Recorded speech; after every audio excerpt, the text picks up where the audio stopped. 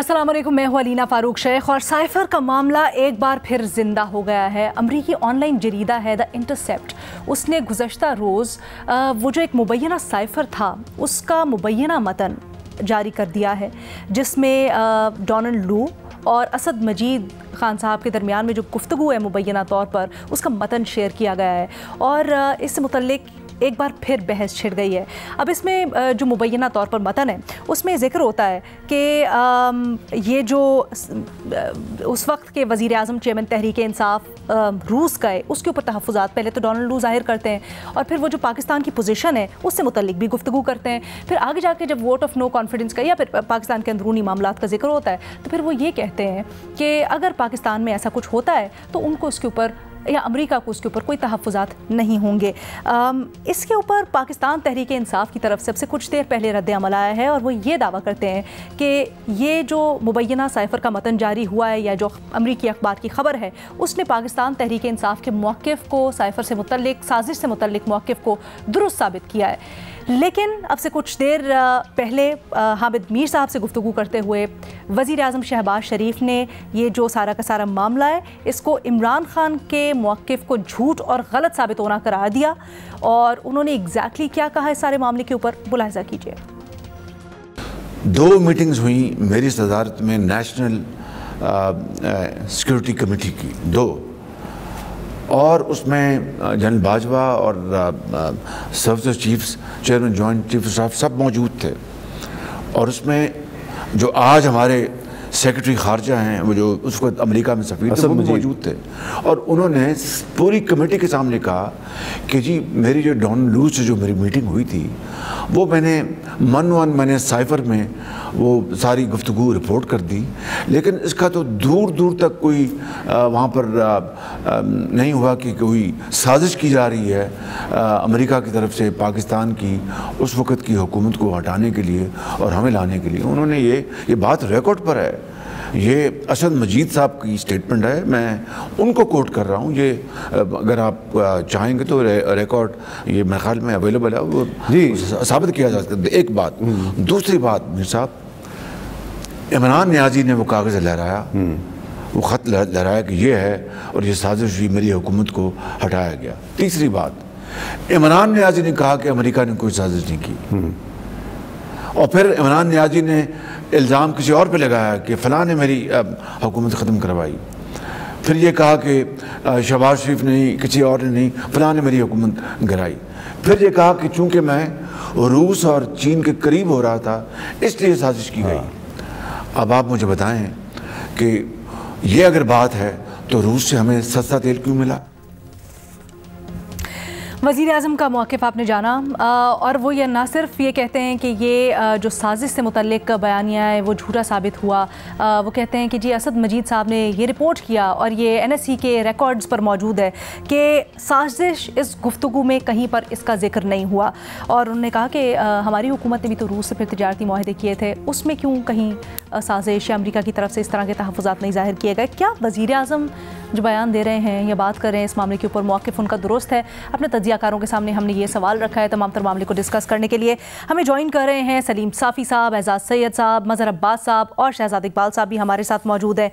शहज़ाद, गुफ्तगू का आगाज़ आपसे करूँगी क्योंकि जब ये सारा का सारा मामला उठा 27 तारीख को चेयरमैन तहरीक इंसाफ ने एक जलसे में साइफ़र लहराया तो उसके बाद बहुत सी सहाफ़ियों से उन्होंने गुफ्तगू भी की और इसके बाद फिर ये मामला उठा। आप भी एक ऐसी मीटिंग में मौजूद थे और उस वक्त भी बड़ी बात हुई थी जहाँ पर चेयरमैन तहरीक इंसाफ ने इससे मुतल्लिक गुफ्तगू की। अब ये जब दोबारा और इसके कॉन्टेंट्स दोबारा सामने आए हैं मुबैना तौर पर, क्या कहेंगे इसके ऊपर? बहुत शुक्रिया अलीना, मैं उन चंद साफियों में था जिनको प्राइम मिनिस्टर हाउस में उस वक्त बुलाया गया था। वहाँ पे वज़ीर आज़म, उस वक्त के वज़ीर आज़म इमरान खान भी थे, उनके काबीना के कुछ मेंबर्स भी वहाँ पे मौजूद थे और पहली मरतबा ये डिस्क्लोज़ किया गया था कि जो साइफ़र उन्होंने लहराया था या उस वक्त उसको ख़त का नाम दिया था कि अमेरिका से ख़त आया है, उसके कॉन्टेंट्स जो है वो डिस्क्लोज़ किए गए थे। साइफ़र हमें दिखाया नहीं गया था और उस वक्त भी यही आर्ग्यूमेंट था, ये क्लासिफाइड डॉक्यूमेंट है, ये आपको दिखा नहीं सकते, लेकिन इसके जो मिनट्स हैं वो हमसे शेयर किए गए थे। और अब जब ये कल मुबैना तौर पर ट्रांसक्रिप्ट आया है जो साइफर का, ये हूबहू वही है जो बातें उस वक्त हमें बताई गई थी। तो मुझे लगता है इस बात के इम्कानात बहुत कम होंगे कि ये जो ट्रांसक्रिप्ट है ये गलत है, क्योंकि उस वक्त भी यही बातें बताई गई थी जिसको किसी ने चैलेंज नहीं किया। इनफैक्ट कुछ बातों को तो बाद में एनएससी ने एंडोर्स भी किया था, जिसके ऊपर डिमाश भी किया गया था अमेरिकी सफीर को। तो इसमें जो खास जुमला था उस वक्त के हालात से जो मुनासबत रखता था वो था कि इसमें डोनाल्ड लू ने यह कहा है कि वोट ऑफ नो कॉन्फिडेंस जो आने वाला है, अगर वो कामयाब हो जाता है तो ऑल विल बी फॉरगिवन, सब कुछ माफ कर दिया जाएगा, और अगर ये नाकाम हो जाता है वोट ऑफ नो कॉन्फिडेंस तो आगे जाके बड़ी मुश्किलात होंगी। तो उस वक्त ये कहा जा रहा था कि देखें ये कैसे हो सकता है कि ये डोनाल्ड लू ने गुफ्तगू की और अगले दिन ऑपोजिशन ने वोट ऑफ नो कॉन्फिडेंस पेश कर दिया। मेरे ख्याल से यहाँ पे ये देखना जरूरी है कि वोट ऑफ नो कॉन्फिडेंस पेश बेशक 8 तारीख को किया हो, 8 मार्च को, लेकिन उसका इंदिया ऑपोजिशन ने तकरीबन 1 माह पहले दे दिया था कि हम लेकर आ रहे हैं, सिर्फ मैटर ऑफ टाइमिंग था। तो मुझे लगता है जो ट्रांसक्रिप्ट आया है वो ऑलमोस्ट वही है जो हमसे कंटेंट शेयर किया गया था, और इसमें कोई नई बात नहीं है। देखें इस बात पे तो मेरे ख्याल से बाय एंड लार्ज लोग मुत्तफिक थे, इवन जो हमारे डिप्लोमैट्स हैं या फॉर्मर डिप्लोमैट्स हैं वो मुत्तफिक थे कि जो लैंग्वेज इस्तेमाल की गई थी डोनाल्ड लू की जानिब से वो बहुत हार्श थी और बहुत रूड लैंग्वेज थी, स्पेशली एक लंच पे, क्योंकि लंच तो एक इनफॉर्मल था, असद मजीद साहब का वो फेयरवेल लंच था, उस पर वहां पे नोट टेकर्स का होना और ये चीजें बाकायदा नोट करवाना दोनों तरफ कि हम ये एक मैसेज दे रहे हैं, वो मेरे ख्याल से हर डिप्लोमेट कहता है कि लैंग्वेज उसकी दुरुस्त नहीं थी। और जब पाकिस्तान में भी ये मामला पहली मरतबा नेशनल सिक्योरिटी कमेटी में गया तो उस पर यह कहा गया कि ये ब्लेटेंट इंटरफेरेंस है पाकिस्तान के सियासी मामलात में, और इसीलिए जो एम्बेसडर थे पाकिस्तान में उस वक्त उनको डिमाश किया गया था। लेकिन अगर कोई ये साबित करता है कि इस लेटर का या इस साइफर का मतलब ये था कि अमेरिका ने पाकिस्तान में साजिश की है और मुदाखलत करके तहरीक इंसाफ की हुकूमत को गिराया है, जो कि इमरान खान उनकी पार्टी का मौकिफ था, तो मुझे लगता है कि उसमें आज भी कोई तब्दीली नहीं आई है।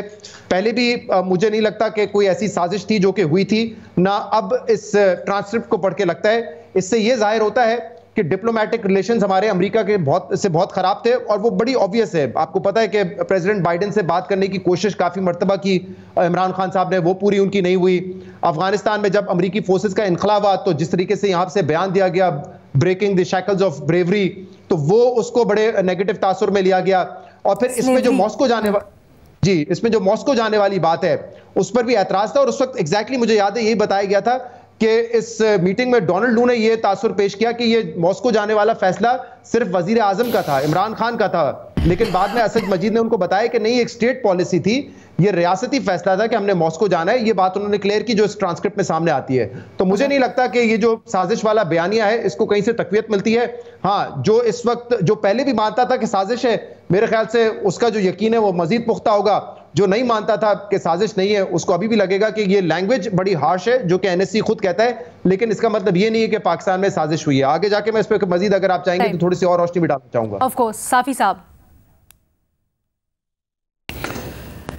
जी देखिए, एक तो शहजाद साहब ने हमारी एक मुश्किल आसान कर दी, क्योंकि जब ये ड्रामा रचाया गया तो उस वक़्त इमरान खान साहब जो कागज़ लहराया करते थे तो उसके बारे में मैंने ट्वीट भी किए थे कि ये साइपर नहीं है, बल्कि ये कागज़ है जिसमें उन्होंने अपने ट्रांसक्रिप्ट बनाए हुए हैं।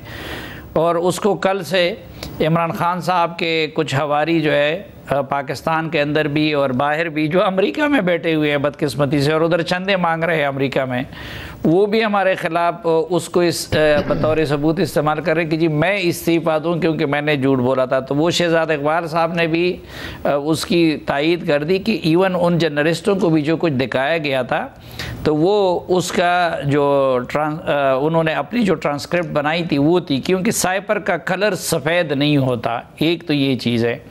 दूसरी बात, शुरू दिन से हमारा भी ये मौक़िफ़ है कि साइपर हकीकत और उसकी लेकिन अमरीकी साजिश का बयानिया झूठ पर मबनी है। उसके तायीद में चंद दलाइल में सामने रखना चाहिए। नंबर 1, अगर अमरीकी हुकूमत उनकी हुकूमत गिराना चाहती थी तो ये साबित करना होगा कि उन्होंने अमरीकी मफादात को क्या नुकसान पहुँचाया।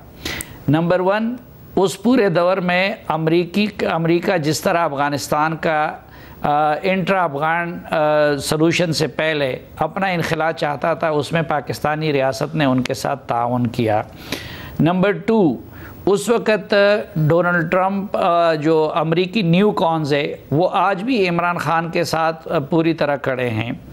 फिर नंबर 3, इसी साइपर में अगर ये दुरुस्त है तो उसमें एक जगह पे आप देखें तो जब इंडिया का ज़िक्र वो करते हैं तो उसको डोनाल्ड लू जवाब देते हैं कि अब अमेरिका की प्रायोरिटी चीन है।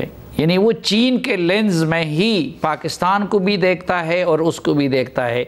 तो ये देखना होगा कि ये जो मखलूत हुकूमत थी, इनके दौर में चीन के साथ ताल्लुकात बेहतर हुए हैं या कि जो पीटीआई की हुकूमत पे थे। तो हम सबको पता है कि उनके दौर में चीन के साथ ताल्लुकात इंतहाई बदतर हो गए थे, सीपैक पे अमलन काम रुक गया था।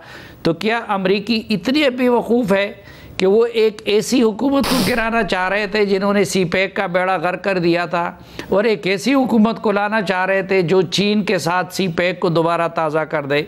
जहाँ तक रूस के दौरे का ताल्लुक़ है, तो ये साइपर तो देखे, अगर चीन से आए हुए साइपर दे के, अगर बाकी ममालिक से साइपर दे के, बाकी ममालिक के, तो इससे आपको 1000 गुना सख्त ज़ुबान मिलेगी। आज अगर पाकिस्तान का कोई ओहदेदार अमेरिका तालिबान के किसी ओहदेदार से मिल के, सफ़ीर से मिल के उन्हें ये कहते हैं कि यार जब तक आप इंक्लूसिव गवर्नमेंट नहीं बनाते तो हम आपके साथ ये नहीं कर सकते, या जब तक आप टीटीपी का मसला हल नहीं करते, तो क्या उसका ये मतलब है कि पाकिस्तान उठ के अब तालिबान की हुकूमत को ख़त्म करना चाहता है और उसकी जगह दूसरी हुकूमत लाना चाहता है? तो ये उसी तरह की लैंग्वेज उन्होंने इस्तेमाल की है और उसी तनाजुर में उन्होंने अदम एतमाद या बाकी चीज़ों का जिक्र किया है। फिर तीसरी चीज़, क्या अमरीकी इन अहमकों की तरह अहमक है जो ये नहीं समझते कि पाकिस्तान में खारजा पॉलिसी किसके हाथ में होती है? पाकिस्तान में रूस, अमेरिका, अफ़गानिस्तान, इंडिया, ये सारे मामलात पाकिस्तानी इस्टेब्लिशमेंट के हाथ में होते हैं। और इमरान खान ने कहा भी था कि जाने से पहले मैंने जनरल बाजवा से मशवरा किया था। तो अगर अमेरिका ने रिजीम चेंज करना था और यूक्रेन के मामले पे उसको कोई नाराज़गी थी, तो फिर इमरान खान जैसे कठपुतली को हटाने की बजाय वो जनरल बाजवा को हटाते ना। अगर ये बात है, क्योंकि एक तरफ हम सब कहते हैं कि खारजा पॉलिसी जो है वो पाकिस्तानी इस्टेब्लिशमेंट के हाथ में होती है, तो उसके लिए किसी वज़ीर आज़म को हटाने या लाने का क्या तुक बनता है? और फिर सबसे आखिरी बात कि अगर अमेरिका ने उनकी हुकूमत को हटाया था, इस मुल्क में भुट्टो को फांसी लगी, इस मुल्क में नवाज शरीफ के साथ इससे बदतर हुआ, इस मुल्क में बाकी सिविलियन के साथ इससे बदतर हुआ। हमने तो अमरीकी न्यू कॉन्स को मुझे बताए किसी एक के लिए 50-60 अमेरिकन कांग्रेसमैन और ने ख़त लिखे हैं, क्या किसी और के लिए अमेरिकी मीडिया ने इतने वावीला मचाया है? आज भी जो सबसे ज़्यादा उनके हक़ में आवाज़ उठ रही है, तो वो तो मास्को से नहीं उठ रही है, वो तो चीन से नहीं उठ रही है, बीजिंग से। वो सबसे ज़्यादा आवाज़ तो अमेरिका से उठ रही है। तो मामला तो उलट है, लेकिन वो चोर की दाढ़ी में तिनका वाला मामला, और फिर आज़म खान के ऑडियो के बाद, और फिर आज़म खान के ये कहने के बाद कि जब मैंने प्राइम मिनिस्टर से बात की, हमने पहले ये कि इसे कह लेंगे, उनसे बड़ी गवाही तो किसी और की हो नहीं सकती आज़म खान की। और फिर जब वज़ीर आज़म ने ये कह दिया था कि मेरे हिस्से का जो साइपर है वो मुझसे गुम हो गया है, तो ये साइपर अगर जेन्युइन है तो इट मीन्स कि ये जो उनका गुमशुदा नहीं, गुमकर्दा जो साइपर था, इसका मतलब ये है कि ये इमरान खान के किसी कारिंदे ने वहां पहुंचाई है। अच्छा साफी साहब, now this is very interesting, क्योंकि जो रिपोर्टर हैं इंटरसेप्ट के, वो ये दावा करते हैं कि उनको मिलिट्री सोर्स से ये मिला है जो साइफर का ट्रांसक्रिप्ट है। और फिर हम ये भी ब्रेक के बाद आके डिस्कस करेंगे कि इंटरसेप्ट की जो खबर है वो कितनी ऑथेंटिक समझी जाए, क्या तमाम ज़ाब्ते फॉलो किए गए जो रिपोर्टिंग में करने चाहिए या नहीं। और फिर हम ये भी इसके ऊपर आकर बात करेंगे। ने कभी नहीं कहा है कि हमारा साइपर गुम हो गया है, कभी फॉरेन ऑफिस ने नहीं कहा है कि हमारा साइपर गुम हो गया है। बिल्कुल आज़म खान ने कहा है कि प्राइम मिनिस्टर ने उन्हें कहा था दूसरे तीसरे दिन कि मेरा साइपर गुम हो गया है।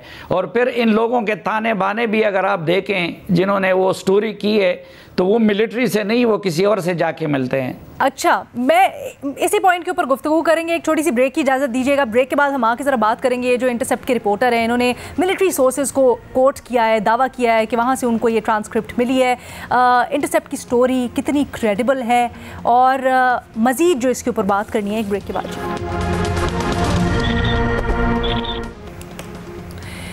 साइफर का जो मतन है उसको अमरीकी जरीदे ने पब्लिश किया है। मुबैना तौर पर ये जो मतन है इससे मुतल्लिक हम गुफ्तगू कर रहे हैं और अपने तज्ज़ियाकारों की राय जान रहे हैं, क्योंकि वज़ीर आज़म शहबाज शरीफ का ये ख्याल है कि इससे पाकिस्तान तहरीक इंसाफ का जो साजिश, अमरीकी साजिश का बयानिया है, वो तो दम तोड़ गया, वो बिल्कुल भस्म हो गया। तो क्या इसमें हकीकत है?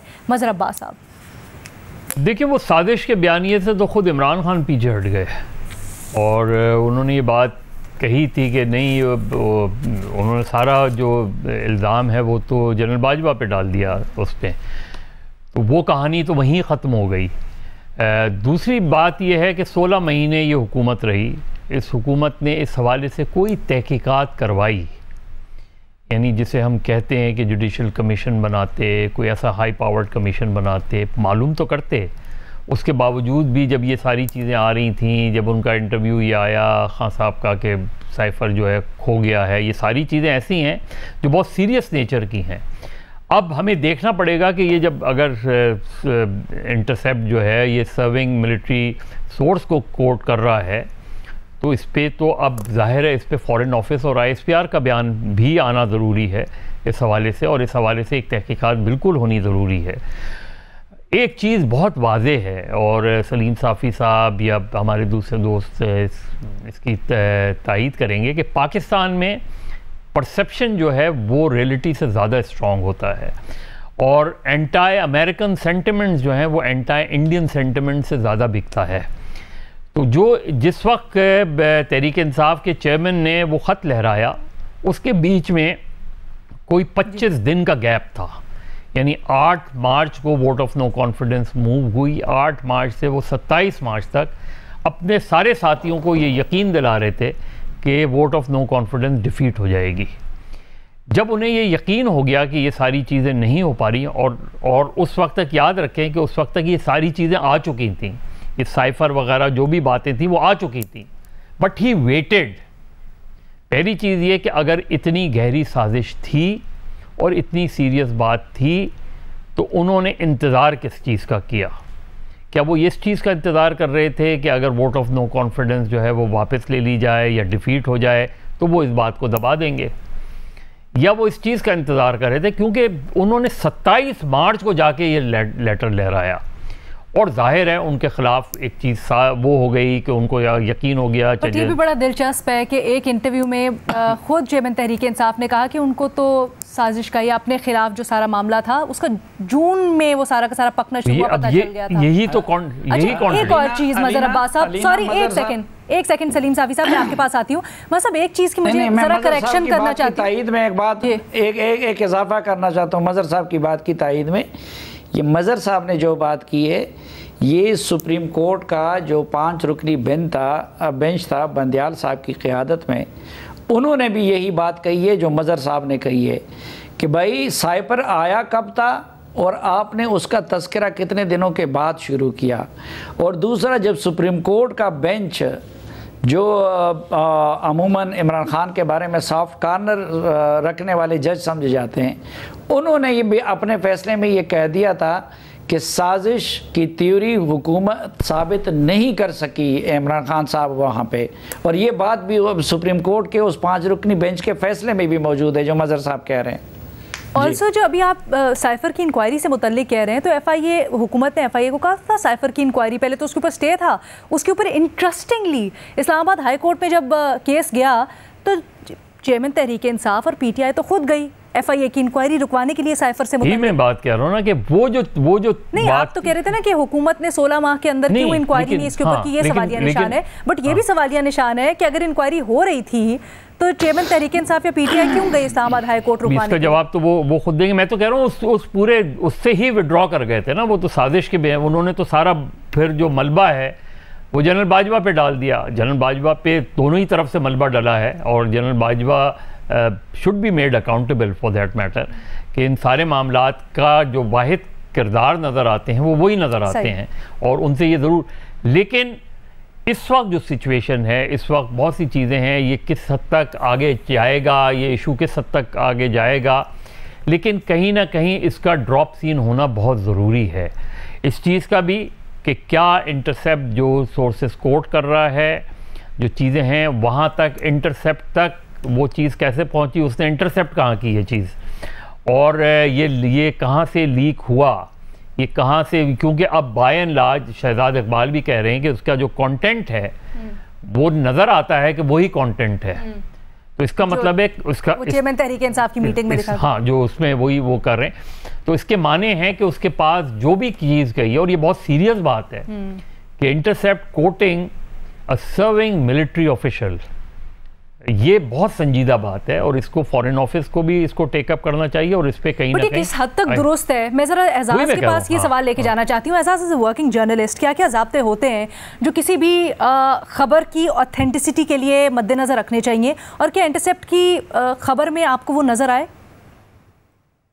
बहुत शुक्रिया अलेना। सबसे पहली बात तो यह है कि जब भी कोई ख़बर हम करते हैं तो उस एनवायरनमेंट को ज़रूर देखते हैं कि किस एनवायरनमेंट में ये सारा वाक़यात हुए हैं। इसमें दो चीज़ें बड़ी वाज़े नज़र आ रही हैं। ये जो रियान साहब हैं जिन्होंने ये लीड रिपोर्टर हैं इस इंटरसेप्ट के, इन्होंने 8 जून को 2023 को इमरान खान साहब का एक इंटरव्यू किया हुआ है, यानी कि उनका इमरान खान साहब से एक जो लिंक है ना वो इस्टेब्लिश होता है, नंबर 1। नंबर 2 जो बात बड़ी अहम है वो ये है कि हमने देखा कि 11 फरवरी को पाकिस्तान की जो अपोजिशन जमातें थी, अपोजिशन की जो इत्तेहाद था, उसने ऐलान किया था 11 फरवरी को कि हम इमरान खान साहब के ख़िलाफ़ वोट ऑफ नो कॉन्फिडेंस लेके आ रहे हैं। ये तो वो बात है जो आप आज गूगल करें या आप यूट्यूब सर्च करें, आपको वो प्रेस कॉन्फ्रेंस मिल जाएगी अपोजिशन की, आपको वो ख़बरें मिल जाएंगी, पाकिस्तान में छपी हुई, बाहर छपी हुई, ये तो रिकॉर्ड की चीज़ें हैं। दूसरी और तीसरी बात यह है कि अगर आप इस इंटरसेप्ट की न्यूज़ का मतन पढ़ें तो दो चीज़ें बड़ी वाज़ेह होती हैं। एक तो ये है कि बेसिक प्रोफेशनल एथिक्स वो ये बताती है कि जब आप ये लिखते हैं कि ये फ़लाँ मुल्क या फ़लाँ एंटिटी या फ़लाँ अदारे के बारे में ये स्टोरी है, तो क्या आपने जो इसके स्टेक होल्डर्स थे उनमें से किसी से आपने उसका वर्जन लिया? क्योंकि ये कापी जैसा कि ये क्लेम की गई है कि किसी फ़ौजी अफसर ने इनको दी है, तो ये जो कापी है वो तो 2-3 बंदों के पास है। पहली बात यह है कि इसकी जो ओरिजिनल कापी है वो कोडेड कापी है जो कि फ़ॉरेन ऑफिस के पास है, और फ़ॉरेन ऑफिस के अंदर भी हर किसी के पास उसकी एक्सेस नहीं होती। वो एक्सेस होती है डायरेक्टली सेक्रेटरी के पास होती है, या कंसर्न डीजी को थोड़ी सी लिमिटेड एक्सेस होती है, या साइफर का विंग जो है उसको एक्सेस होती है, क्योंकि साइफर विंग उसको डी कोड करता है। 1, इसमें कोई फौजी इन्वॉल्व नहीं है।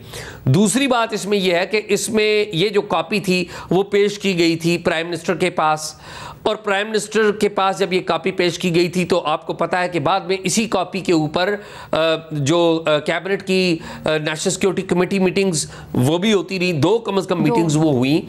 तो क्या ये उस वक्त के वज़ीर आज़म को ये जो दिखाई गई, और for eyes only, secret document for eyes only, क्या ये कॉपी उस वक्त के जो आर्मी चीफ थे जनरल बाजवा, उन्होंने ये लीक की? Answer is no. General Bajwa क्यों लीक करेंगे? दूसरी बात यह है, क्या उस वक्त के आईएसआई चीफ ने, जो आज भी आईएसआई चीफ हैं, वो ये लीक करेंगे? Answer is no. उनके खिलाफ तो इमरान खान साहब जाके तकारीर करते रहे। फिर तीसरे नंबर पे इमरान खान साहब के ऊपर आता है जिन्होंने ये इशू बनाया, तो क्या वो ये लीक करेंगे? तो इस बात की पॉसिबिलिटी हो सकती है। और ये जो लीकेज हुई है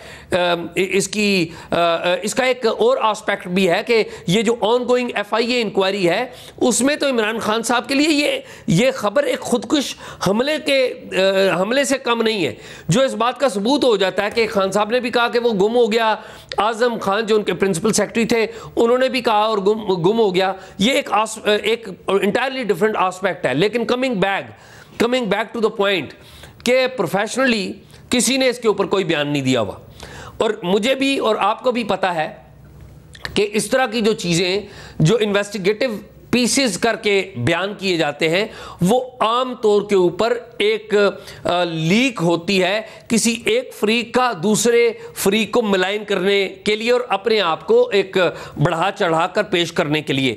अब आप जाकर अगर इन दोनों रिपोर्टर्स जिनके जो टाइमलाइन है, ट्विटर टाइमलाइन, आप उनको देख लें, वो सारी वो ट्वीट्स कर रहे हैं या रीट्वीट्स कर रहे हैं जो इमरान खान या पाकिस्तान तहरीक इंसाफ के जो बयानियां है वो उसको सपोर्ट करती हैं। और ये जो मेन लीड रिपोर्टर हैं जिनका नाम और मैंने आगे लिया भी, मिस्टर रियान, ये इन्होंने 8 जून को इमरान खान साहब का इंटरव्यू किया हुआ है।